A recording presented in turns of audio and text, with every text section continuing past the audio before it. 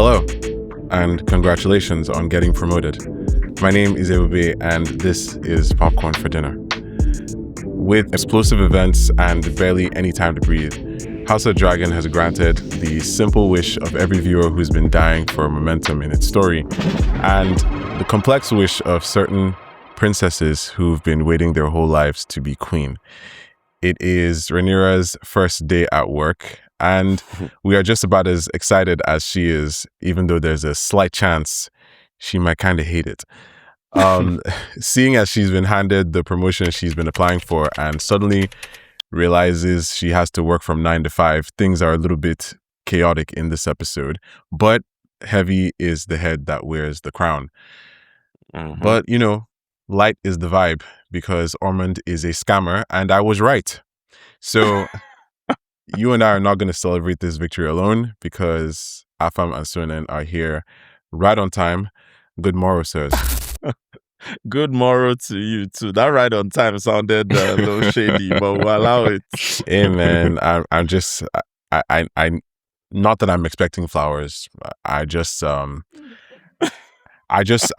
welcoming my guests. I'm happy to be surrounded by like-minded people with sense.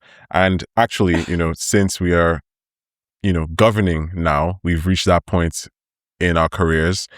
Our council needs more wisdom, and for that reason, I'm stoked to point out that the great Pete Peppers is joining us today. Bow down. How you doing, Pete? How's it going? It is going well. For me, Rhaenyra, I'm not entirely sure. For Rhaenyra, not so much. Yeah, what an episode, guys. This was really something. This was actually, there's so much to unpack. I don't even know where to begin. And I will just clap for them, honestly, because we're back to an era, it seems, where Song of Ice and Fire shows are just giving us banger after banger. After banger. It's like, let's just keep that momentum going. Let's keep the adaptation going. Let's keep respecting the audience going. Let's just keep, let's have it all. Like, who says we can't have it all? It's fantastic, you know? Exactly. And I'm just glad to be here. It's interesting to see all the character work. It's so interesting to see just the setting, the plans. This whole first half of the season is really set up in an interesting way, and I'm curious about how they'll handle all the chaos that they're clearly planting seeds for. I mean, I guess we might as well just start with that ending, right? Like, when did you guys know that the Daemon received was a fake? When I saw the credits roll. Actually, I had a suspicion, right? Okay. At that first scene, mainly because he gave his guy John Roxton a little look, where because he's like, "How are you so prepared to give up this guy?" You know, I mean, it makes sense that they would anticipate Daemon asking for this guy. I mean, he has a dragon. They can't just leave somebody with the dragon running around. Yeah. And not only that, he's like, the heir. He's one of the heirs. Yeah, he's literally Viserys' son. He could be like, if Aegon dies, if Aemon dies, if Rhaenyra dies, like, this guy is king. It's that simple. I think where I started suspecting them was when Daemon is like, "Oh yeah, we'll make sure he's good. We won't do anything." I'm like, this man lying. No, Daemon is crazy, bro. Like, he said all that, and immediately he's like, "You have to kill him." Like, bro. There's this Megan Thee Stallion line. He lied to me, and I'm lying to him. Guess we both ain't shit. Honestly, like, what?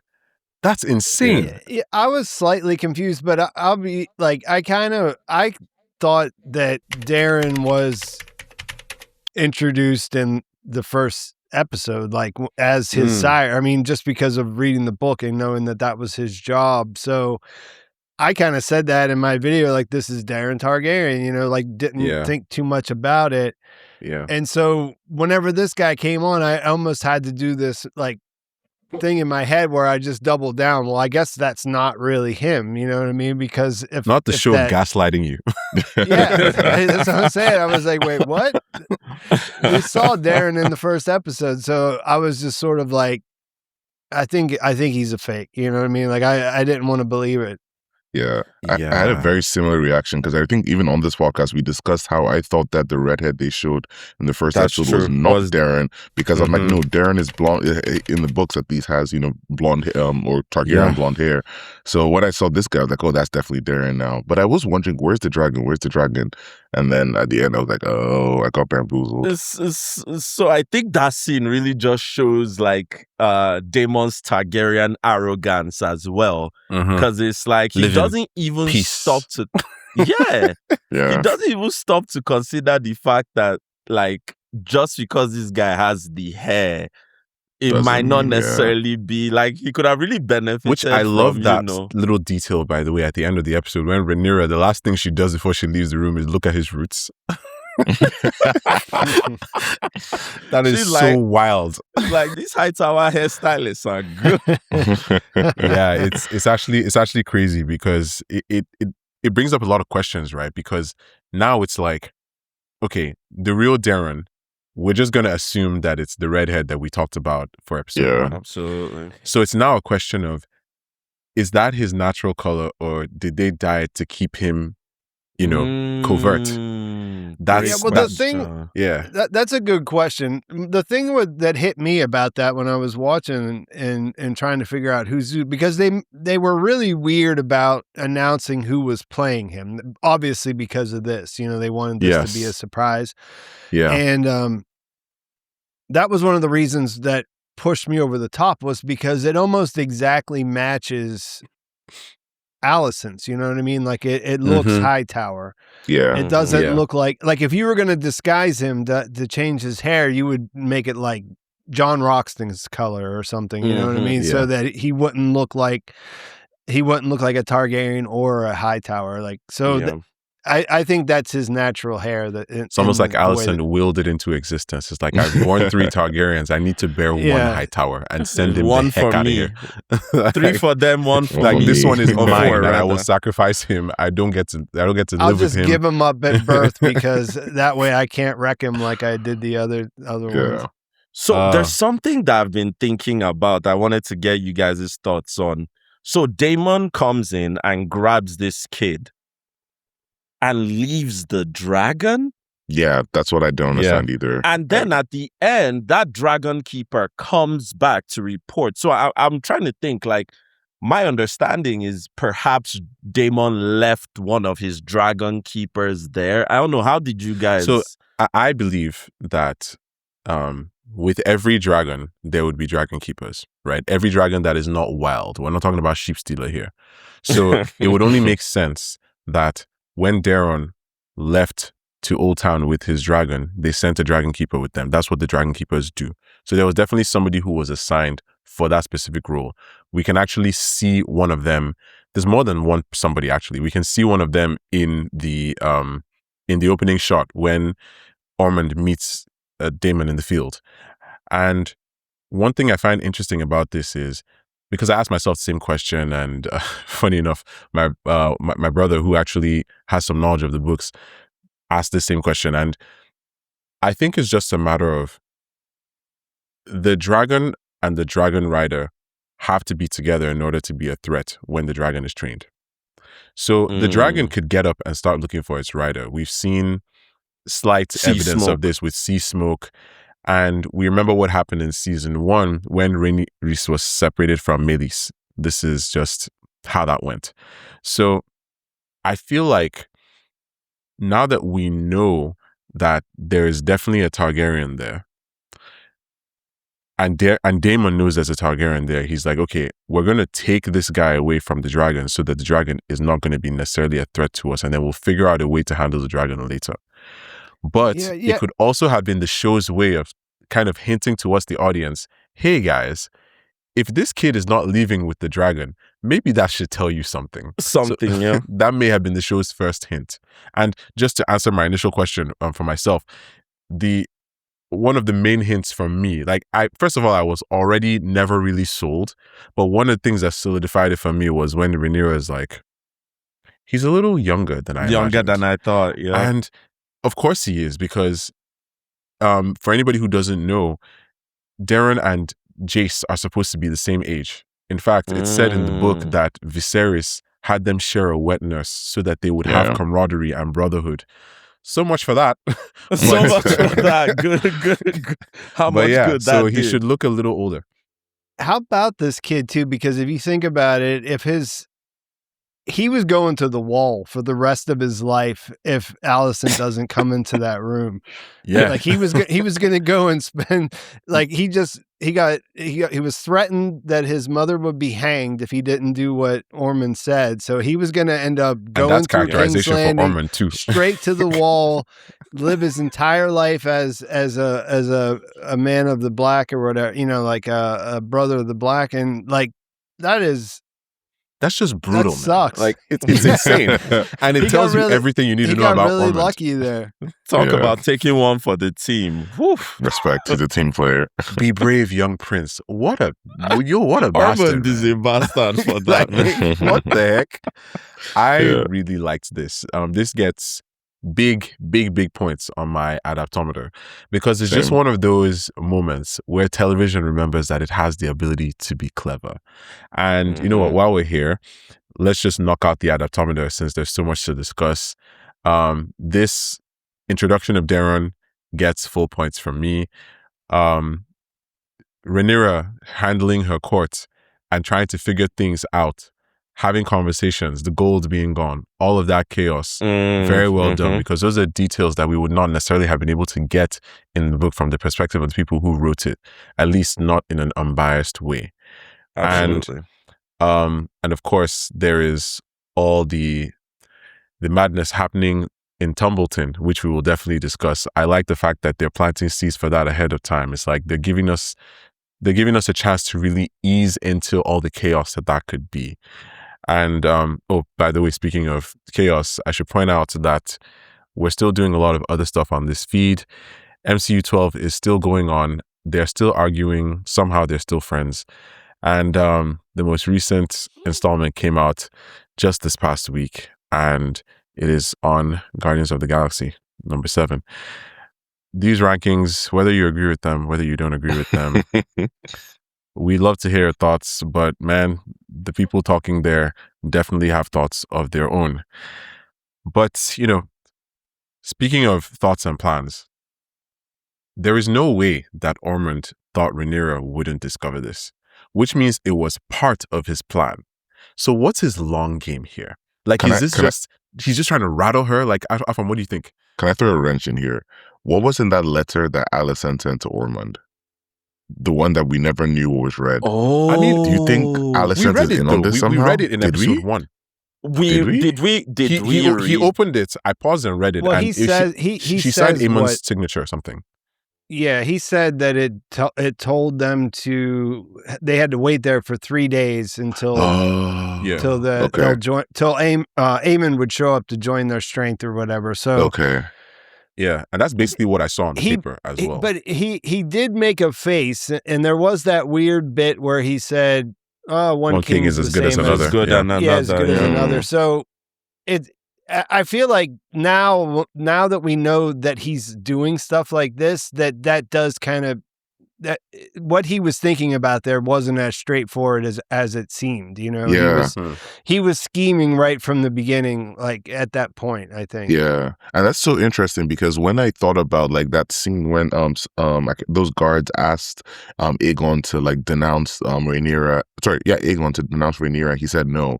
Like, look at a character like Ormund. He would have renounced, not renounced Rhaenyra, renounced himself. Ormund would have done that to like further the plot because, he's smart versus Aegon being an idiot. Which so it was the same thing Larys did, Larys was just like, oh yeah, we Larys didn't even waste time. Really exactly. So what is up with these stupid ass Targaryens? I know I'm Team Black, but they're making me switch sides. Sorry, I'm Team Green. No, yeah, I'm Team Green. Oh, my bad, my bad. You felt it in your soul. You felt it in your soul. He's done. I'm getting a call in, guys. He's done. He's done masquerading at this point. Exactly. Welcome home. Welcome home. Not yet. Yeah. I don't know. This is very cool to me, and I really feel like that part of the reason we're enjoying all this actually is because a Night of the Seven Kingdoms really set this show up for success. I can't even lie. Because there's so much goodwill now in the world of Ice and Fire fandom. People were kind of ready to see what House of the Dragon would do if it would redeem itself from season 2. And, you know, it's been good. I feel like the pacing is very well done, and I'm definitely enjoying, you know, how they're approaching things. They have a lot of reestablishing to do. And of course, this episode needs to carry the feeling of a new era finding its footing, being the first one after season 2, episode 10. I mean, season 3, episode 2, potato. But to be fair though, episode 2 really did feel like a season finale. Like it really did feel like the end of season 2. In terms of the story beats that followed, right down to that final shot of Rhaenyra on the throne. Like, there were even people online this past week saying it's been a great run and the show is over now. They all lived happily ever after. For the you know, next. So people are not necessarily ready for what's coming, and I say that in a good way. Like, I like that. So where do we now go from here? Especially with an episode like this that had all these interesting perspectives revolving around one main perspective. Like, we don't really get episodes like this, these POV style episodes, right, in Song of Ice and Fire shows. I think A Night of the Seven Kingdoms kind of does that a little bit, but that show's entire claim to fame is its identity being something different, right? So what did you guys feel with this cadence? Like, how did you like that? Like, was it strange? You noticed it immediately, or were you kind of just at the end thinking, oh wait, like this was like a point, like a POV thing, and I didn't even realize until now, but I loved it. It was very well done, and the score tied it all together so well. Ramin, so well. It was so like unnerving. I don't know how to describe it. Anxiety inducing. You could really feel the skin crawling, you know? Yeah. It's, you know, obviously I'm still on, you know, this recency feeling or whatever, but this is, I think this is my favorite episode of House of the Dragon of the entire series. Honestly, I would agree. Yeah. Yeah. And the thing about it was that, like, we were talking a little bit before we started about it hit me and it didn't all hit me at once. It took a little while to get there, because at first I was just glad that they made a seamless transition from having a finale as episode 2 and starting, because I mean, premieres are usually kind of slow and it's usually kind of hard. So that's a weird transition, right? I was happy about that at first. Then I've been wondering, like, how is this? What is the importance of this friendship that they keep going back to? And what I kind of came up with in between seasons was that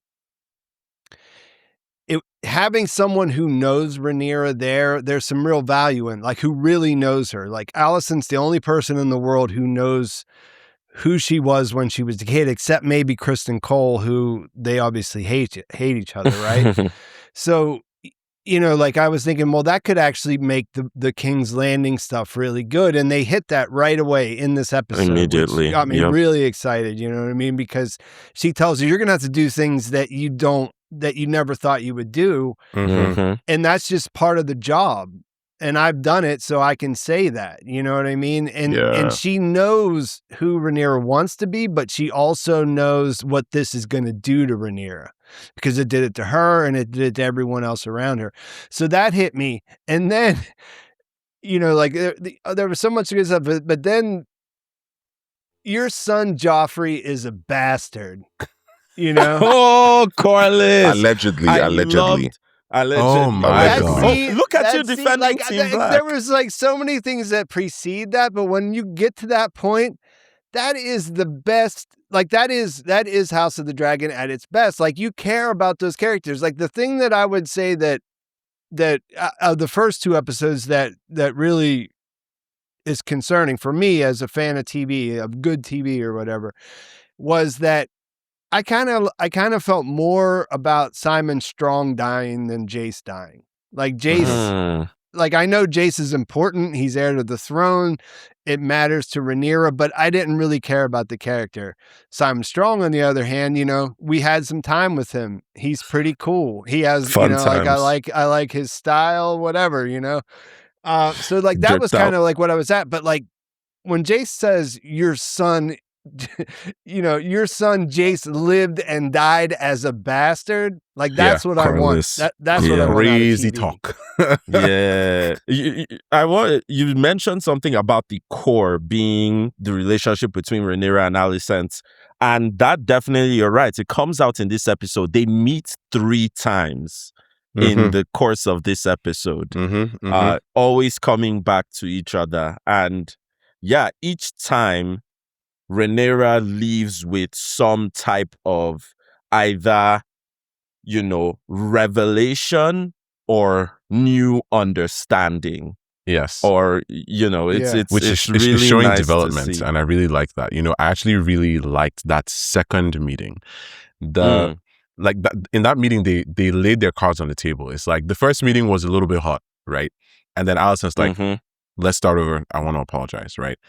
And I just love that Rhaenyra had the ignorant gall to say that she would stay true to herself as a ruler because her father did, only for Olivia Cook to deliver beautifully one of my favorite lines from the entire season so far. It's so Your good. father lived in a world of his own construction. You and I have never set foot there. Cinema. And you're just thinking of that fool sitting there making his Valyria man did, and it's at this point it's my duty to call on our master of Viserys blaming, Afam. Viserys is making bad decisions all the time, and we see the consequences for that today. Prepare her for this. No. Like, think about how she's floundering in this episode. She, like, if there's, I think for some people, one major thesis from this episode will be Rhaenyra is not Daenerys. She literally is not. Like, Daenerys had this level of confidence that was just dumb. Like, dumb confidence, like unfounded confidence. And eventually it became founded confidence, right? But to some degree, she was running mainly on aura. Rhaenyra is not like that. Rhaenyra has been faced with dissent, doubt, and just a lack of support her entire life. Viserys should have been preparing her for the fact that she was going to have to rule as a woman, but he just stood by. For all the things he knew, for all the things he said, for how great Paddy Considine is, Viserys literally just stood by and allowed Rhaenyra to be run roughshod. And it's so interesting to me because even with all that, like even with Rhaenyra's floundering, with her confusion, her part hyperventilation, her period, flash, like everything going on, like the fact that she's lightheaded, she literally has to tell somebody, I'm bleeding. Like she's having, this is like the worst. She just got promoted, guys. But worst first day at work. Like literally. But on top of all that, and then she's got Daemon in her ear too. Exactly. Burn them all. Kill the boy. and that's where I'm going with this, right? She's still a better choice than Daemon. She's still a better choice than Daemon. Like, come on. Isn't it kind of insane that like they've been in power for 5 minutes and Daemon is like world domination? Like, but I'll be guys speak on this key thing is that arrogance that Daemon has is the exact same thing that Aemond has. They both have that arrogance and nonsense. But you see, Aemond and Daemon are not the same. They are the same, just that one has principles and one doesn't. That's the difference. I don't think either of them has think principles. Calling them the same is an insult to Daemon. I'm so sorry. Honestly. A lot of people who have dragons have that same kind of attitude in history. You know what I mean? And that's the thing. Aemond is feared because of vigor, but 6 men or 60, he is still Daemon Targaryen. Daemon Targaryen is Daemon Targaryen today. He was Daemon Targaryen yesterday. He will be Daemon Targaryen tomorrow. They will still be talking about him. It's just a fact. Like this man. Here's the thing about Daemon. And you can see it throughout the season, the way they've been writing his scenes. You never really know what that guy is going to do. Like, look at his scenes where he's talking to Ulf and Hugh Hammer. They're actually shaking because they're like, okay, is he gonna like this guy? See, you can actually even see it from his scene with Ormund. Like, Ormund is talking to him, they're having a conversation, but literally, Daemon could just turn around and be like, actually, you know what? I think I should burn everyone here. Dracarys is crazy. So you mentioned, like, you know, Daemon always in Rhaenyra's ear, and I think that hits at not just Daemon. You also have Missaria, different parties. It hints at the main conflict of the episode, which is grief, rage, fear, responsibility. And that's what she's battling with this entire episode. And I don't think there were parts of the episode where she was very decisive. I don't think she was always, like, you know, completely flustered. Yeah. Her decision with the minor nobles, the rat dinner, was honestly a master stroke. Perhaps, but I have to say, well, we'll see. That's the thing, right? Like, you can follow her thinking there, because Daemon calls her out and is like, they're gonna, you know, you're gonna pissing off a bunch of powerful people isn't a great idea, but she's like, well, they're not really, you know, these aren't like the most powerful. They're not that powerful, these specific people, right? But here's the thing, though, like the unfortunate thing is, she truly has to make sure that she doesn't antagonize the nobles, and she has to make sure she doesn't antagonize the faith, because history shows that generally does not end well. Like, she needs both these things in order to rule. Every ruler in, like, medieval times or whatever it is would need that. They have power, they have influence, they control the economy, and then control the people's emotions. The merchants and the faith together have to be on the side of the ruler for the kingdom to actually function. And Rhaenyra risks antagonizing them a bit too much. Yeah, that was another thing that I thought was really great, was this, you know, he says, they destroy, but they do not create. And I was thinking, yeah, right on. You know what I mean? Like, dragons suck. Nobody should have them. Dragon is a dead dragon. Yeah. But then, like, I'm also thinking, but this guy is the faith of the seven. Like, they're not cool. You know what I mean? Like, the power they wield isn't exactly cool either. You know what I mean? So it's like there's all these competing The only powerless gods. and you know, like, none of them are actually all that great. You know? To be honest, I don't think that he was going to give her his blessing either way at all. Yeah, you have to consider how tied the faith is in with the High Towers. Yes. You know, and when the High Towers came in, one of the first things they did was take down all those symbols. They took away all the Targaryen effigies, the dragon effigies, exactly, the imagery, of the all dragon that stuff. orgies, and replaced them with symbols of the faith. And also, like, kind of tone down on the, you know, Targaryen-ness of it all. And I think that definitely won them friends with the faith. And which is why the faith was so quick to help coronate Aegon. Also, we have to consider that the faith is also a little bit misogynistic as well. A little. Supporting a queen. So, yeah, supporting a queen isn't something that they've ever done. But that's just some Targaryen nonsense. It annoys me, right? Because, like, first of all, very nice detail to me that they finished the Viserys pillar. And it was cool to me that they were showing her meeting with the Septon from his perspective, from the perspective of that pillar that we saw them building. And I guess if I were to kind of carry that on a little bit, it is quite a shame what we see in Game of Thrones, what Robert Baratheon has done with the place. Terrible. Lack of taste. Having said that, what do you expect from a Baratheon? Oh my God, it's a fact. That's just, and anyway, we have to kind of, at least I am kind of annoyed or irked at the very least that Rhaenyra had to get the one High Septon in the history of this show that actually takes his job seriously. Seriously. Right? Like, all the other High Septons, Game of Thrones, Seven Kingdoms, wherever, like, those guys are whoring and drinking. But this guy is like, no, we have to see his remains. We have to get the Silent Sisters. I'm like, bro, what? Are you employee of the month? Like, that's because he's tied in with the High Towers. He is employee of the month. Yeah, I think you're right about the Hightower connection. Exactly. They really, they have a lot of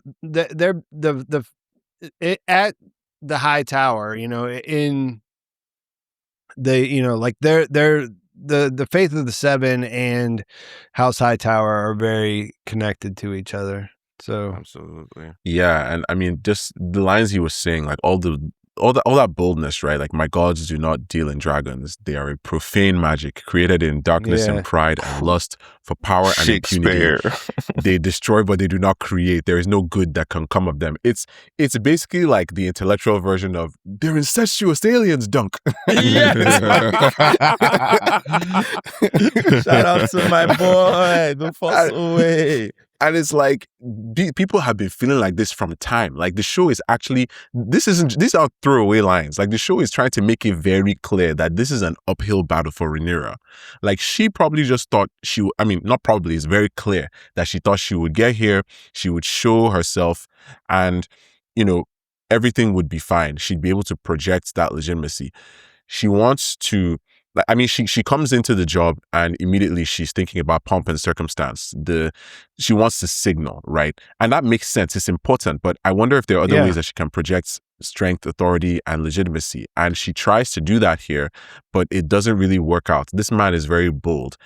I don't know if he'd be this reluctant if he was dealing with the man, or if he wasn't so heavy with the High Towers. For example, it's the same question with Daemon. Like, he wouldn't be trying this with Daemon. He'd be like, "Okay, sir, just let me don't kill me, please." Yeah, I mean, he'd say something, but yeah, I do kind of like this idea of the string of boldness that runs through the episode, because, for example, going back to what Pete was saying about Corlys, right? The High Septon challenges her, but Corlys does in a big way. Like, I spoke last week about how Corlys would definitely he was saying that demands where other people could hear it, right? Yes. Yeah, I mean, Luther Largent was there, and he was like, Lord Corlys. I mean, he was trying to stop him, and literally he says, he's given everything, right? And clearly, I was extremely right. I did not, I mean, who knew how right I was going to be that this guy would be making demands, like actual demands. And I think it makes sense for us to kind of unpack all his interactions with Rhaenyra in this episode.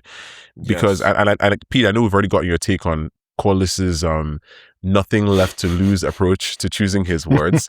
But it didn't really start there, right? He starts with diplomacy. He's like, let's go to dinner. Like, he's like, okay, my queen, by the way, Adam and Alan are my sons. And the fact that Rhaenyra is like, oh, I actually had no idea. It's like, sis. Trying to be polite. It's like, so two random black boys just showed up. One claimed the dragon and one is like the captain of your fleets, and it's an accident, but whatever. It's fine. Those guys need to be legitimized. But Corlys' words are so interesting because he picks them off one by one. He says, your son Joffrey is a bastard. Your son Lucerys, whom I accepted as my heir, was a bastard. Your son Jace lived and died a bastard. Why should your sons be given what my sons are denied? What mine are denied. So I want us to unpack that a little bit, because I don't think he's saying it just out of spite.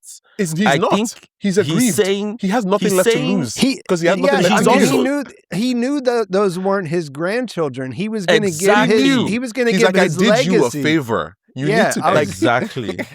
It's so crazy. Like, he was like, I don't know who's dad. I don't know who the father of this kid is, but it's not my gay son. You know what I mean? Like that. Gay That's son or 100%. But if I give him High Tide, it'll be good for the family. So I'll do it. And it was all going to work out. And now all he wants is to be like, these are my actual. And she's like, I can't be seen to favor. Heir. It's like, what are you talking about? You're talking about wielding power left and right. You want to bring that kid into my family and pretend like he was mine, but now you can't just say that someone who is. That's actually so wild. I think it's also like the idea of a bastard itself, right, is what's being litigated here. And Corlys is trying to say, like, I've shown you and you've seen that doesn't matter. Yes. Why are you so ashamed of having It's like bastards? Now that you're in legitimacy, you want to close the door behind you. Exactly. And that's what's annoying him.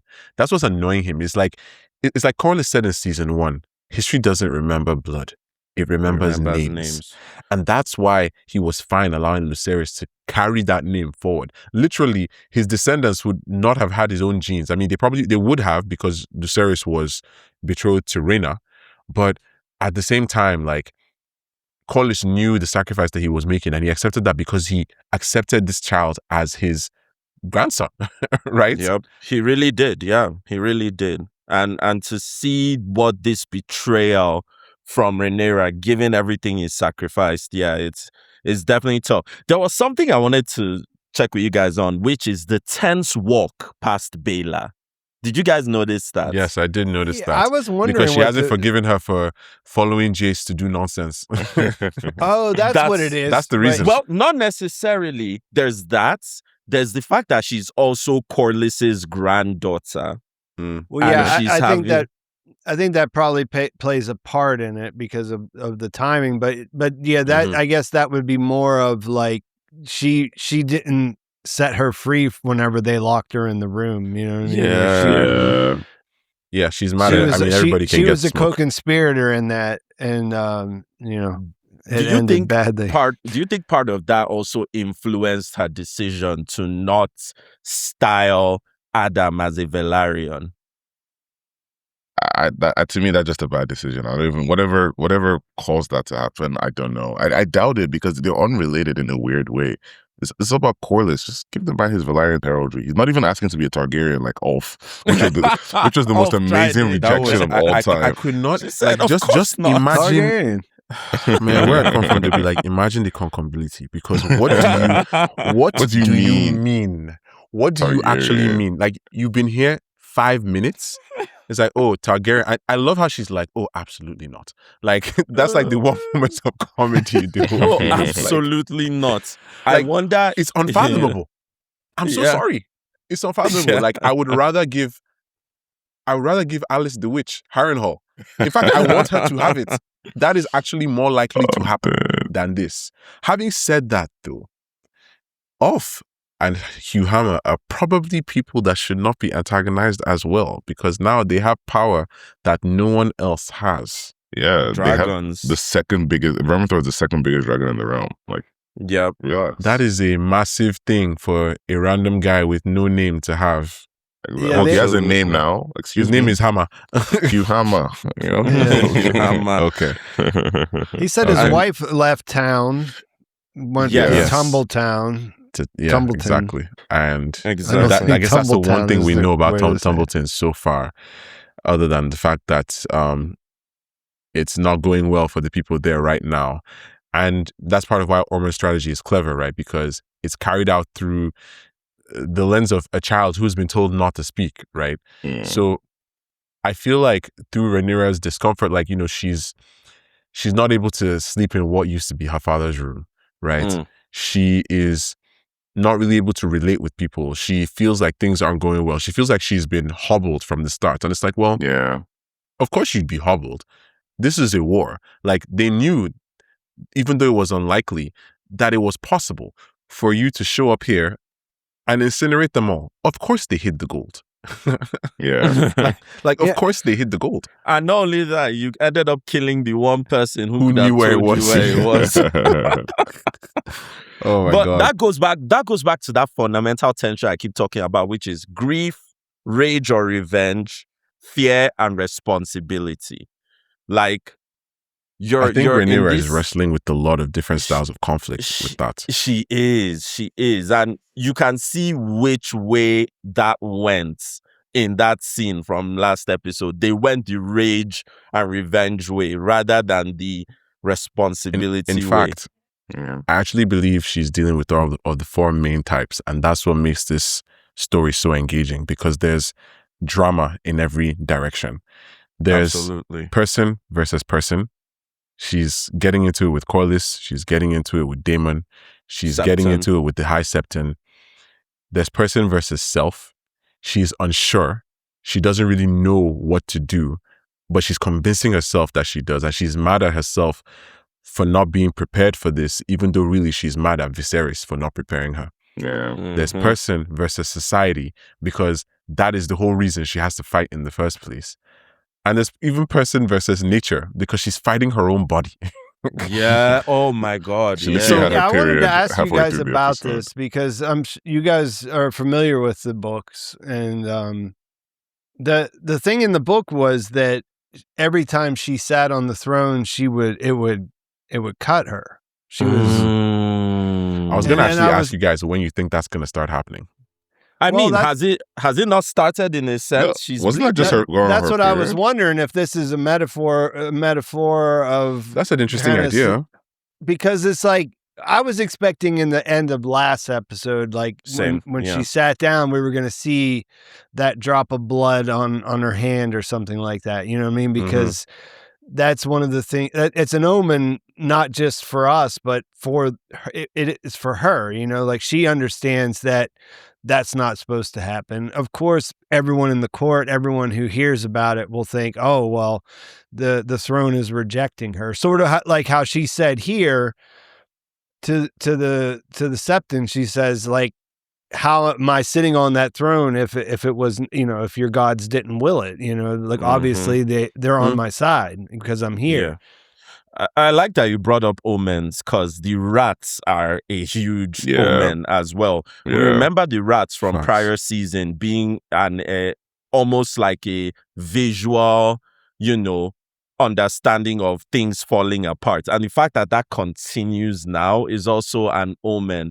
I would also like to give whoever did the sound design for this episode salutes, because the way they weave in the rats into every single scene, it almost feels claustrophobic, and you can see that it's amazing in Rhaenyra's reactions, right? Like, I was thinking during the episode, just randomly, the Triarchy are really like cockroaches, because no matter what season we're in, no matter what era we get to, the Triarchy is just causing problems. Like, at what point do we get rid of these guys?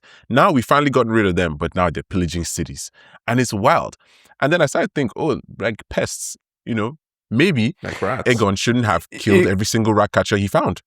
You guys remember the old theory that Larys was a skin changer and he was I love that theory. Was man. The rats? Everyone is a warg, man. Everyone that's so is wild. Yeah, that's like the one thing missing. What I was thinking about the rats too was it has a dual purpose. It is what you were saying, but then also it's this idea that what they do there, it has a lasting effect on everyone, because it's their decisions have consequences. They reverberate. Their power.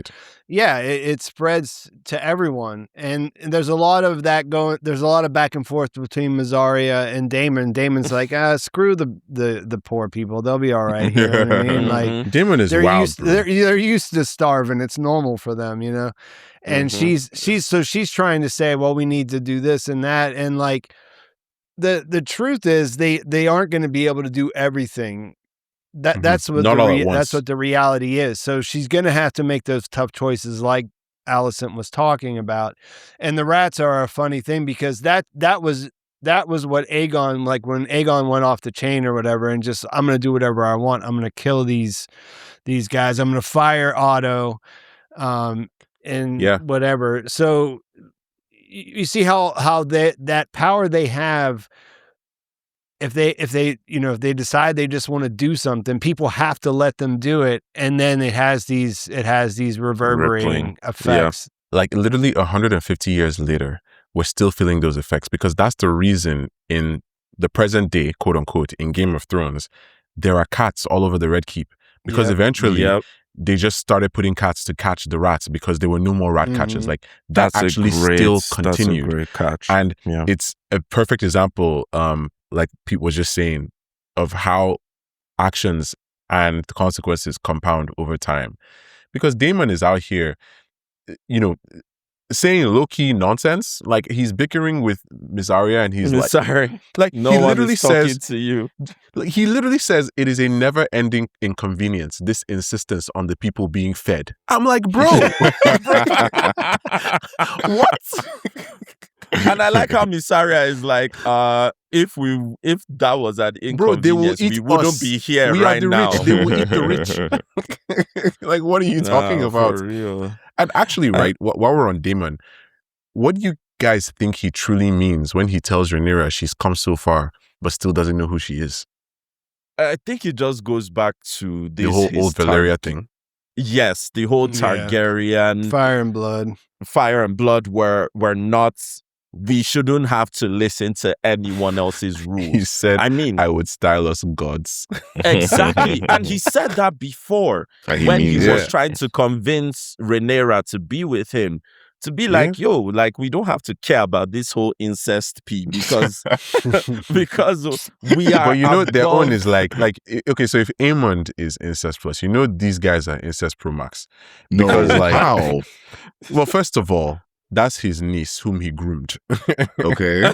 Yeah. So, you add the incest on top of the grooming. Alicent's son, who she literally birthed and raised. She's that not is plus. You can't be she's not into it, though. She's not into it. No, these ones, they are into it. True. Yeah. And I mean, to be fair, Daemon he's always been very Valyrian minded, but this is a very interesting choice for him. Like I said earlier, they've been in power for 5 minutes. He's talking about world domination. Why? Because in the vision, he saw his Lord and Savior, Rhaenyra Targaryen. Money in your accounts. Which other character was obsessed with world domination? Yeah, I mean, he sees it as focus and ambition, but I wonder if, it can only really serve as distraction at this point. Rhaenyra was low-key looking at him the way Jon looked at Daenerys in a certain conversation that they had in this same Crimson Castle. Do you think that's why that's why she sends him to the Vale? Do you think that's part of the reason? I think she still believes I think throughout the conversation, she sees him as understanding her. She believes she's making sense to a reasonable person. But and I think that I think that it's also true that after what happened at the end of last season, that she believes that she can control him. He's gonna say Daemon shit all the time. He's gonna say let's go do whatever, but he's not gonna. Yeah, I mean, he better just not. She doesn't see him as a liability in that way. He better not disappear for a whole season again, bro, because he stormed off sulking. Last time he did that, he was not seen for 6 episodes at home. But it's funny to me because he still left, and even as he's leaving, he's like, "You still have to kill Darren. You still need to kill Darren." but think about what that's setting up, though. He's going to the Vale. Who's going to find his daughter? So he's going to get Jane Arryn, right? And he's supposed to maybe also get Joffrey. But literally, I'm like, whoever is going to do all this is probably going to run into Rhaenyra. Also keep in mind that he's literally going to extort Jane Arryn. And Jane Arryn... she didn't keep her end of the bargain. So is it really extortion? And not only that, but she's got a dragon on her side now, Rhaenyra, because Rhaenyra is afraid to face her family. Not only that, we know that Daemon has literally been tasked, or they've all been tasked with finding Vega and Sheep Stealer. So I'm excited. And killing Sheep Stealer's rider. Mm-hmm. So I'm so excited to see what that culmination is going to look like, hopefully in the next episode. Honestly, yeah. I mean... Yeah, I hope they don't draw that out because it's inevitable. I don't think they will. I think if they keep this same momentum that I've been praising, we're going to find out very soon. And by the way, I want to point out for everyone who may not have clocked it, every time they're talking about the vision and Aegon's dream, Daemon deliberately switches to old Valyrian. Because these are matters that require the highest level of secrecy. It's not like the show just wants to remind us, oh, these guys speak another language. It is serving a real function, and I very much like that. How many episodes are in this season? I believe they're doing 8. Great question. 8? Okay. Yeah. I'm just trying to get a sense of the pacing. Yeah, I mean, I think that honestly, the first half of the season so far, I think it's going quite well. Rhaenyra herself is firing on all cylinders, which is why she ends up in the town square with bloodshot eyes, and she's trying to imagine you're trying to receive food from the sovereign, and she's just there looking very clearly like she hasn't slept in days, even though she just arrived, and she clearly doesn't fear snipers. Because why are you why are you standing so high? Like I was like, you know arrows exist, right?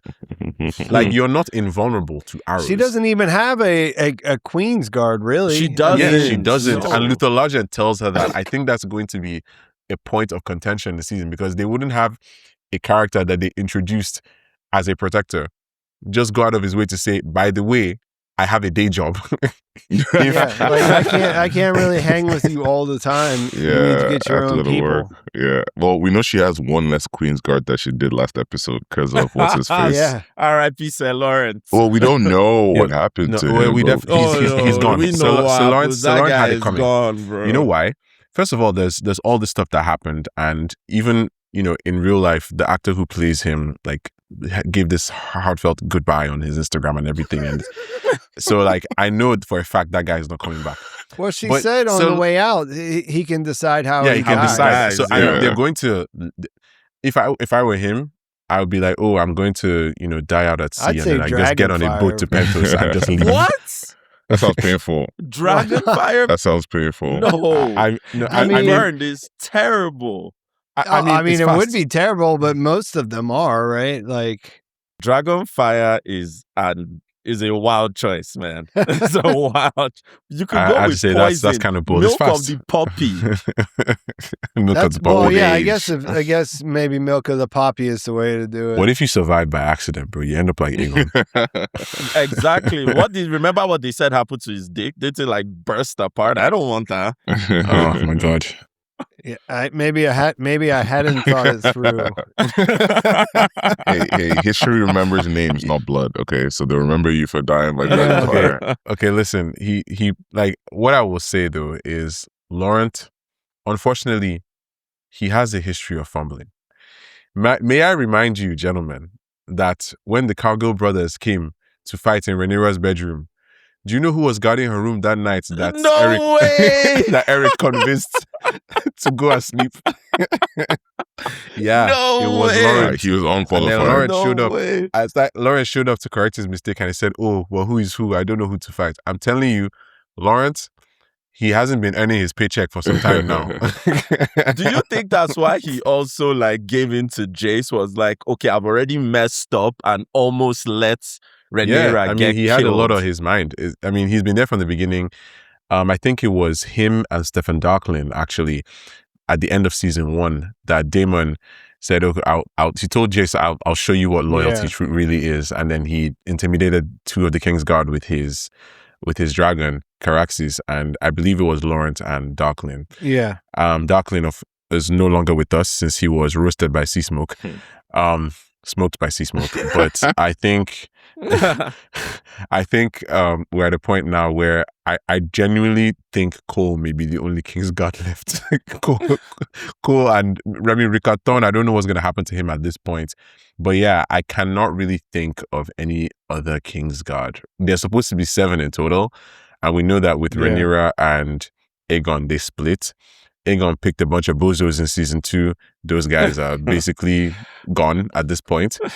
I forgot about those guys. The bozos. Yeah, so now it's just a matter of who she's going to choose. So she definitely needs to pick somebody fast. Because what else does she can be overthrown? Council too. Small council as well, because she doesn't want to bring those guys. And one thing that's interesting to me, something I thought about as I watched the episode, is this fact that Rhaenyra is actually going through a lot of the same stuff that Ned Stark did in season 1 when he showed up. Because he had to make a lot of things work all of a sudden when he realized that, oh, this place is actually not in order. Yeah, Robert has just been drinking his life away. And then, I mean, one line I always remember when I think of Game of Thrones, especially season 1, is, "I will not believe John Arryn allowed Robert to bankrupt the realm." It's literally one of the most memorable lines in the whole show for me. I don't know why. Because just the shock that Sean Bean portrays. He's like, you mean to tell me that this whole nation is going under because Robert never stopped partying? It's insane, right? And he has to be like, oh yeah, by the way, this is my best friend. It's like, bro, are you not embarrassed? But anyway, it's also the fact that he was that he tried to do this whole thing with the City Watch in the throne room when they were trying to take throne to make sure that Robert's memory was actually kept. But then Cersei beat him to it, and then, you know, the City Watch actually turned on them because of Baelish. So this is like that same gambit, but Rhaenyra and Daemon actually succeeding at it, because I mean, Daemon probably would have been fine, and Rhaenyra was there. She was wielding Jace's sword, right? So she came armed, and I think she had a little bit of confidence with this idea that she was carrying Jace into battle with her. But I don't know how she would have actually done against the City Watch. Not great, honestly. I mean, we saw how she did against Otto's head. Oh my God. probably not great. I mean, going back to governance, right? I want to circle back to the petitioner scene. Mm-hmm. What do you think could be the knock-on effects of Rhaenyra allowing the people to hunt in the Godswood? That is it. Or the Kingswood, rather. As the episode was playing, right? I literally said out loud, bad idea. And why do you think so? Because the Kingswood exists for a reason. There's some things that you need to kind of show as signs of generosity to the people. Show that you're struggling with them, even if it's just temporary, right? It makes sense to some degree, but that is a slippery slope, and it's a door that you can't easily close again.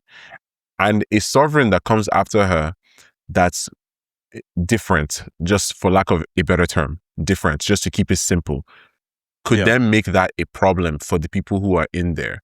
It could cause uprisings. It could also make it such that the royal family then loses their one kind of secret or secluded or protected source of food, resources. It's also a place for them to retreat outside the Red Keep, because people need to go outside, right? And these guys hardly ever go outside. But when they do go outside, they go there. Like, that's where they can actually retreat. They're guarded. You know, they get to actually have the great outdoors accessible to them. There becomes no place for them to retreat if it's accessible to everyone. It reminds me actually of an episode of The Crown where they decided to open up, and this actually happened, right? They said they're going to open up Buckingham Palace so that people can like actually meet them and everything. And they realized by the end of it that these things aren't there just to maintain our image. They're there for our protection. Like these barriers that exist. So I wonder, it could work to some degree, but I don't know. I don't know if this could backfire really fast. She was in a really tough position, especially with all the gold being gone, because one option would be for her to just pay them. But now she doesn't even have that option. She's just like stuck between a rock and a hard place. Yeah, exactly. No, those people were actually asking for stimulus checks. Yeah, stimulus check, because they had been in a recession for God knows how long. The one thing I wish she had thought about is financing. Iron Bank of Bravos is right there. You want to get a credit card? I don't know, man. I don't like messing with those guys. Those guys are ruthless.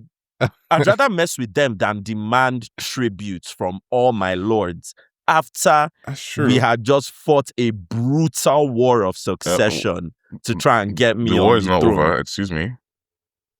Well, to them it is, true. But like, I feel like we didn't really go, and I brought this up last episode, the fact that they haven't really shown the scale of all the battles so far, especially the land battles. The fish feed, or the battle by the lakeshore, was the biggest land battle of this entire war. The riverlands have been ravaged. The Reach has been basically plundered of all its wealth to fund this war efforts. And now you're going to levy more taxes on them. That's something that I think is definitely going to come back to bite her. Yeah. No easy choices. Would you believe, though, that somehow, despite all this, I still think she's a better choice for the throne than Daemon? Of course. Oh, than Daemon or Aegon even. At least she's trying to balance, you know, everything. The rage and revenge, the responsibility. At least she's trying. Yeah, those other guys are a lot Daemon, more. Alicent will be dead. All of them will be dead. Yeah, Alicent will be dead. Daemon is literally trying to burn definitely everyone. Be dead. I was actually having a conversation with Bankole, which is a thing that I do sometimes. And, you know, we were talking about how we've been so focused on Daemon just getting it together recently and being the supportive husband and the internet loving him, that it's so easy to forget that he would be such a terrible leader. Like, there is a reason Viserys did not want him. Like, this guy, like we've said so far, like, he is such just a Targaryen. This whole thing about world domination is like, there's slavery out there, and he's like, okay, but we're not going to really participate in the slavery. Like, these people will serve us. And I remember him saying that, and I was just like, okay, bro, serve us how? Like, what exactly is your plan? Like, what do you intend to do? You want to go to Yiti? You want to go to the Shadowlands beyond Ashai? And not Ashai. Bro, and then, meanwhile, we have a fiscal crisis. Like, bro, we literally don't have gold, and you want to start gallivanting, being like, oh, world domination. Like, it's actually kind of insane to me. And he even said something interesting that tells you what really constitutes Daemon's frame of mind and how he thinks. He said, your father was a good man, and I've made my peace with him, but he renounced his dragon. He had no ambition. And Rhaenyra says, because he knew there was such a thing as too much power. And that is something Daemon cannot comprehend. Too much power. Like, that's actually too much thing. Power. I mean, let's not forget, Viserys, he rode Balerion the Black Drake. Once. He was the last rider of Aegon's dragon. He rode him once, and that was it. And it just starts to set in at this point. Like, Viserys, he's an ineffective king. He made a lot of mistakes, but he had the right idea about this one particular issue. And I feel like this is where you start to realize, like, that knowing that is what crushed him. You know what I mean? Obviously his dreams and his this idea of the prophecy or whatever, but his conflict was that he knew that all of this dragon business was going to go badly, just like it did for Valeria. I mean, he said it very clearly, right? The idea that we control the dragons is an illusion. Right. But at the same time, they need that. Like, they need the Daemons to actually keep the whole thing running. Yeah. And it's sort of like what you were saying earlier about she wakes up in the morning and she says, I need to have a coronation so everyone can see and we can have this legitimacy. And we remember how well that worked for Aegon. They just put the Conqueror's crown on him, gave him the Conqueror's sword, had him go in front of the people, and that was enough in that moment. But it won't always be. And that's what she's dealing with now, is that, everyone like her father sucked as far as like setting things up for the future, but the people actually liked him as a king. So they, like, there is a way in for her, but it's not available because of the fact that, like, everything that has been going on there since he left has been. And as Rhaenyra said, he would, like, he threw banquets, right? People liked him for that. What would he do? So throw a banquet. I mean, so of course everybody will like the guy who's throwing parties. And one interesting thing as well, this idea of the balance between the Rhaenyra mindset and the Daemon mindset. Like, in the best of cases, these two together are a great team because they would kind of like balance each other. There's a reason and long-term thinking, and then there's go from Daemon, right? And it's interesting to me, and this is something that also came up in my conversation with Bankole, right? Like, it's not even just that Rhaenyra cares about the people and Daemon doesn't. It's not just that difference, but it's the fact that empathy, right? And wanting to send the boy she thought was Daemon to the wall is the reason she figured out what had happened. Yeah, sure. Because I asked earlier, right? Ormund knew she would figure this out. What was his plan? But honestly, his plan may have been that she wouldn't have figured it out at all, because he knew that they had someone like Daemon who would have just killed the boy immediately. Because if they had killed him, they would never have found out. They would have just kept Daemon for another 5 years and then overthrown her. Yeah, exactly. So you're right. So that empathy is what has saved her here. Like, so, yay long-term thinking, number one. Yay long-term thinking. And this could have gone very badly. And I like the fact that the show is pointing that out to us. It's actually giving us a chance to see, it pays to be locked in. And by the way, let me just say, no one in this story is more locked in than the Dragon Keepers. No one. Those guys are about their Tell jobs, me how. man. Like this guy said, oh, Tumbleton was on fire. And then he shows up and there's like, there's ash on his clothes, but he's like, oh, I was the only one to survive. Bro, how? How are these guys Built that different. good? Yo, when you're dealing with Dragon every day, let me ask you this, because I took that as he was the only Dragon Keeper that survived. I took that as that too. Yeah. I considered that, but then I wondered. Because I was thinking what you thought first, and then when I was listening, like going back and listening to what he actually says, he tells her she can't burn Tumbleton to kill Ormond because he burned the people. Yeah, he'll kill the people that are there. Yeah. So it's sort of like he's using them. He's using her subjects the whole as town human as hostages. Human so it's shield. like it's part of like the next thing in his scheme, right? That we're trying to decipher. That's a very big problem anyone who tries to oppose her has, is that we saw that on the field at the beginning of the episode. Those 3 dragons can pretty much decimate an army on their own. Yeah. Mm-hmm. You know what I mean? Like they can cook all those people right inside the armor, like no problem. Now, it seems like all the restraint seems to have gone out the window, at least with what she's saying at the end, which is like, my arm is long. How dare he do this? How dare he try and like trick me and do this? And honestly, I'm worried for the people in Tumbleton. I'm really worried for them, because this is a culmination of just little cuts and digs at Rhaenyra, and now it's culminated into this like, but she's still huge she's thing where it's not like, the type I'm to go trying and to kill show everyone. restraints, and this is what I get. It's giving Daenerys burn this city. Are you going to burn this city to take out Ormond, or are you going to let him dictate? Burn it. I think she's leaning towards burning the city from what she said at the end. I don't think she was speaking would. Valerian. She was angry. She would maybe send someone there, but I don't think it makes sense for her to go on her own. Of course not. Oh no, not yeah. Yeah, she's so not going or even go now. herself. Like, I don't even think it requires sending Daemon. Like, this actually sounds like a Dragon's Team job. Exactly. assuming they can man their posts, because they just have a history of not doing that. But keep in mind. So Adam, you wanna take the name Valerian, huh? I got something. It would be a really short-sighted idea if she said Hugh Hammer over there. His wife is there. So exactly. Hopefully she remembers that can be used against him. No, but I mean she knows. He's mentioned it, right? He's mentioned his wife. Yeah. Hopefully she remembers that and doesn't. She could say, "No, if let's say, for example, that she wants to send him there, she could then be like, okay, you are actually too close to this. I will send someone else."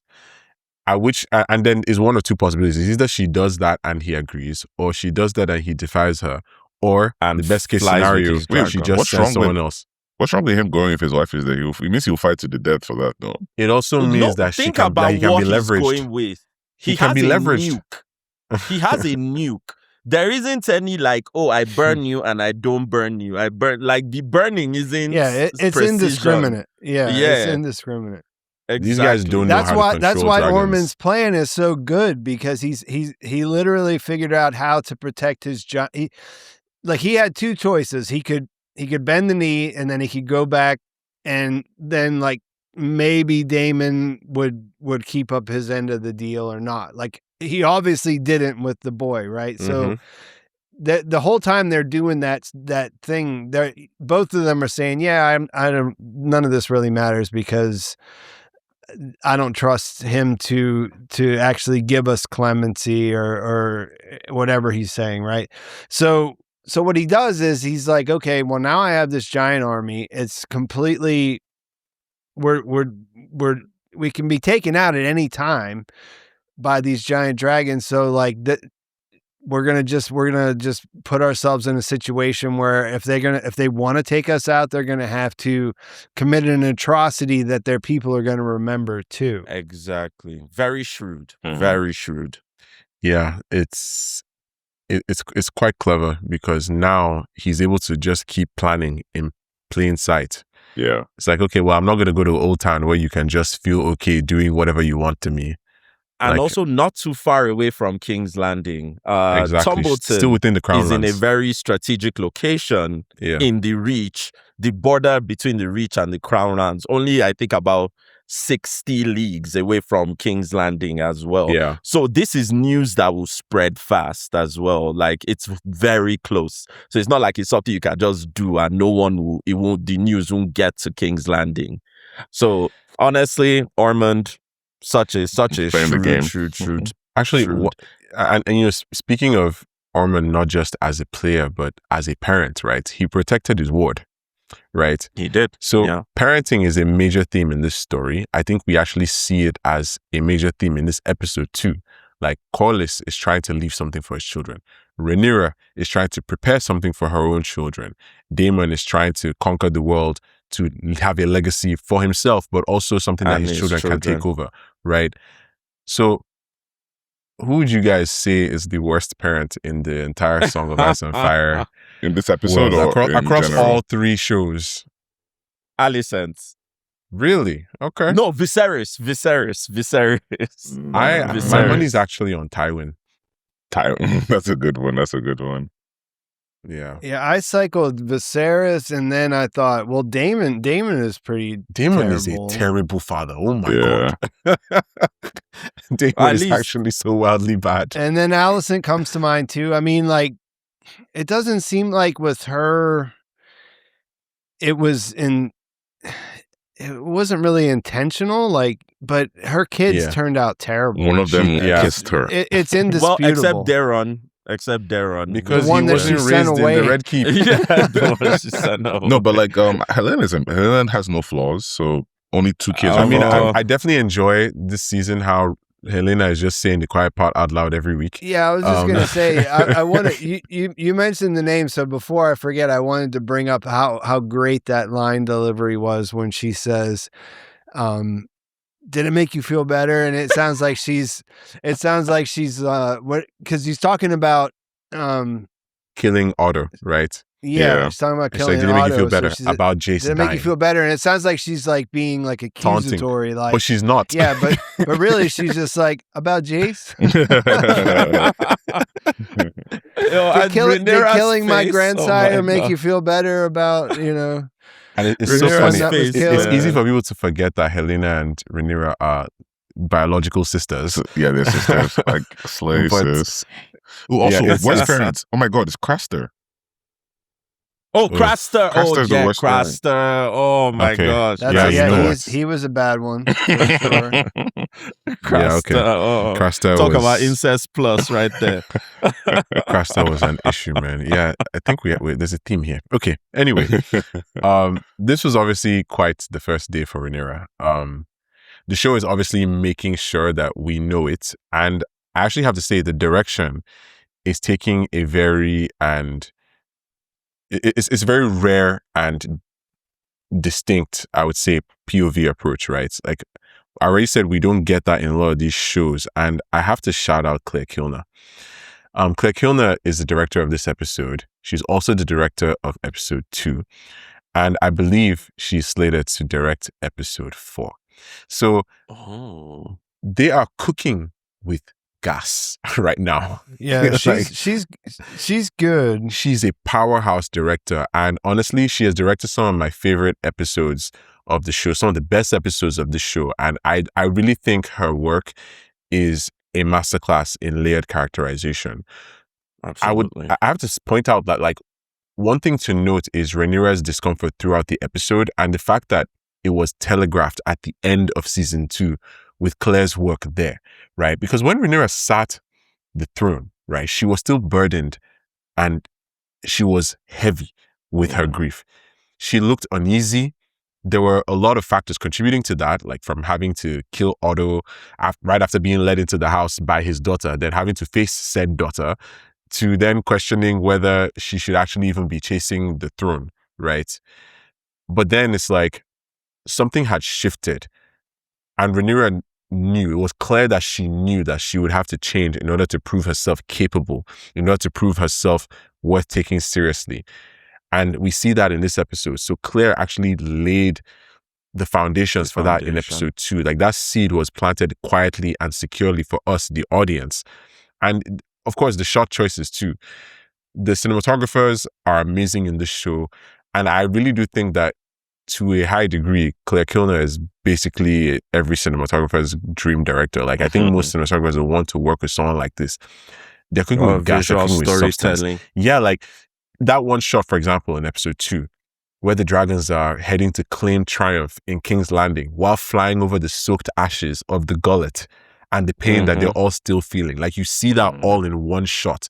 Like, it just tells you the underwater shot there too at the beginning. The underwater shot was amazing. Oh my God, I love that and shot. And then you can even see the light from the fire. Like, yeah, like, it's crazy. Rhaenyra ascending the throne, reflected in Otto's blood. In blood. Showing us not just where she's going, but like the fact that it's built on, like, it's amazing, right? Like, the price that was paid as well, like the price that will still be paid, because this is a hard road that's ahead, right? Of course, we have to give credit where credit is due. Like, Emmy Darcy, as I will now be calling them, Emmy, not Emma. We're gonna have Emmy Darcy. I'm sorry, that's just it. Bro, like, we're gonna have so many gold statues. Inflation is gonna go up. Like, I'm telling you. We'll see. Let's see how they land this plane. My point is that however they land the plane, Emma Darcy has a parachute. Like, they've done such a great job. We actually did a poll on our Twitter to get a sense of how people are feeling about the performances in this season so far. Thank you to everyone who did that. Emma Darcy won by a long shot. Like, I think 75% of the votes. And then I'm going to say, I think 20% of the votes went to Matt Smith as Daemon. So people really love that dynamic this season so far. There was one vote for Alicent. That was me. And no, I truly believe that Olivia Cook is the standout performance in this show. Yeah, she's amazing. I really do think so too. I genuinely think so. Like, Olivia Cook is cooking, for lack of a better term. And the last person on the list was Tom Glencarney as Aegon. He didn't get any votes, but I think that will change as the season progresses. Yeah, because we haven't seen much of him so far. We've just been getting, like, 2 minutes here, 2 minutes there. Yeah. But even those 2 minutes have been so great comedically, though. He's been so funny every scene he's in. Yeah. She did that. You said Kilner did that episode too, right? So, like, she did that sequence. That sequence had such a great approach to the way that they did that. It didn't even feel like it didn't feel like the same show, but it still somehow works in there, like, without taking you out of it. You know what I mean? And both 2 and 3 are written by Sarah Hess. Actually, episode 1 was written by Ryan Condal. And there's some really sharp writings going on in this episode in particular. Yeah, absolutely. I agree. Sarah Hess her pen is hot. So yeah, I think we're up for, like, an amazing season going forward. Now that the whole Daron is not Daron thing has been revealed, people are obviously freaking out. So I'm curious to see how they will introduce the real Daron. Like, if we're just going to see him in his element, if they're going to do something more dramatic, or if they're going to start with the relationship he has with Ormund. I think there's a way for them to do all three, but we're going to have to see how that goes, because I can't wait. Man, it's amazing. It's actually great. Like, this is a good comeback for this show. Smell his little thing in this episode, did he? No, he didn't. I guess he didn't bring it because it wasn't peasants and serfs. Yeah, he doesn't bring it to battle. Maybe I don't know, but the cadence is definitely working out very well in this season, and yeah, I have no complaints. Like, this was a full meal. Like, Game of Thrones at its best has always been people in rooms talking to each other. And this episode actually went out of its way to provide that. It wasn't leaning on spectacle. It wasn't easy to get here, but you can, in my opinion, you can see why they did some of the stuff that didn't work as well to get to this place. This is where we're actually seeing what they were working towards. Mm-hmm. Will it be great? It's hard to say, because honestly, it's a tough adaptation. Like doing a historical, doing like a rundown of historical events, it doesn't really go well with TV. You know what I mean? Like it's not for like a typical drama, hour-long drama show like Game of Thrones. So it's hard to say, but I think right now this is the best it's ever been, and it has more potential. Like I have more confidence that they are going in the right direction than I ever did at any point in the series before this, which is weird in the third season. But you know what I mean? Like that, better late than never. Better late than never. That's true. This is probably the first time since, season 2 that I've been like, okay, we're ready for some more. Let's go. We're locked in. And I just want to tell all the viewers, please, this is not an episode where you have your phone out. Listen and absorb every single scene. This show is not made for people who aren't watching the screen. Well, unfortunately, I think some of the battle scenes and spectacle have spoiled people to forget what a Song and Ice and Fire those battles, is about. You want to be glued to the screen, like, because they're doing them so well. They're so immersive. Yeah, but you're not having to pay as much attention to every single word that's being said. And I think this is one of those old, very old feeling of Game of Thrones where you want to really, really pay attention. And if you watched it once and you weren't like paying attention, go back again, you'll catch some new stuff for sure. Yeah. I mean, like, the battles and stuff are fun, and they're really done well. Like that's a kind of, to me, that's sort of like junk food, right? Like it's I like junk food, and there's a time and place for it. Absolutely. But your father lives in a world of his own construction. You and I have never set foot there. Cooking. Stir that pot, man. There's more going on with that. You know what I mean? Like it hits in a different way. And like I said, your son Jace lived and died as a bastard. Like it's crazy. And died. He said that to her face with his eyes open. There was a Kingsguard there. Like, do something about it. I'm saying this to you, the thing that no one else saying. Because I was thinking, wow. for so long. I mean, we know the legend of Corlys, and we got to see it in action as he went through the teeth, and I mean that was amazing. But this is like on a completely different level, like how well this works. Yeah, it's wild. As we kind of close things out now, I have 2 final things to ask you guys. So, first of all, it was nice to actually see Rhaenyra walking through the Red Keep. I remember watching that and thinking, this building is actually such an incredible structure, like an actual marvel of engineering in the world of this show. And it has its own lore, and nobody's ever going to know how to create such a building again because Maegor the Cruel killed everybody who worked on it. It was a whole thing. Architects. But I love that while that was happening, she gets that vision of Jace. Now, one of my favorite things about that is that Harry Collette is still getting paid. I let that guy get paid. That boy, he should work, right? Jace but the face. Yeah, but then she finds her way and eventually gets to, I think this was the first meeting with Alicent. Yeah. When at the end of it, Alicent says, "So my position is that I must hope for the death of my son." And Rhaenyra says, "I can only imagine." Right? I can only imagine. Which one of them do you guys think is actually out of line? I know who Afam will say is out of line. Excuse you. That is correct. Yeah. So I need to say nothing then. No, talk. No, I mean, obviously, like, how dare she say that to the Queen Dowager? How dare she? Oh my God. No, honestly, I think they've both experienced enough loss that I think, as we say back this whole son for a son thing. Or son for a son, like, we're running out of sons, I have to say. Yeah. And we actually and are. Daughters even. Yeah, the daughters they're not quite so safe anymore.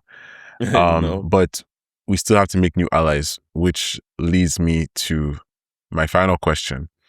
What do we think of Torrin Manderly, played by Dan Folger? A rare case of an American being cast in a Song of Ice and Fire show. There aren't that many of them. Yeah, I was intrigued by him. Yeah. I was intrigued by him because very good introduction exactly for the what they were going for. Yeah, exactly. Yeah, he has the look too. He has the Manderly vibe. You know, those guys, they're very quiet. They're kind of scheming, but they're smiling in your face. Exactly. They're rich. I think they've done a good job. Is ended. Yeah. It's cool, and I'm looking forward to seeing what role he plays in the narrative. Absolutely, yeah. He's a schemer for sure. You can see it for sure.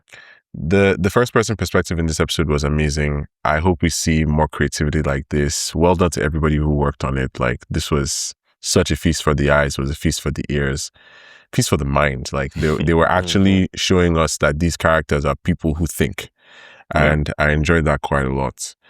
But yeah, on that note, I think that's a good place to call it. Thank you all for listening up until this point. Thank you guys for being here. Thank you, Pete, for joining us this week. Pete. Please, all the links will be in the descriptions and show notes where you can find Pete and all the amazing stuff he's doing. He's also covering House of the Dragon, and he's going to be covering Silo, which is another show that we really like on this podcast.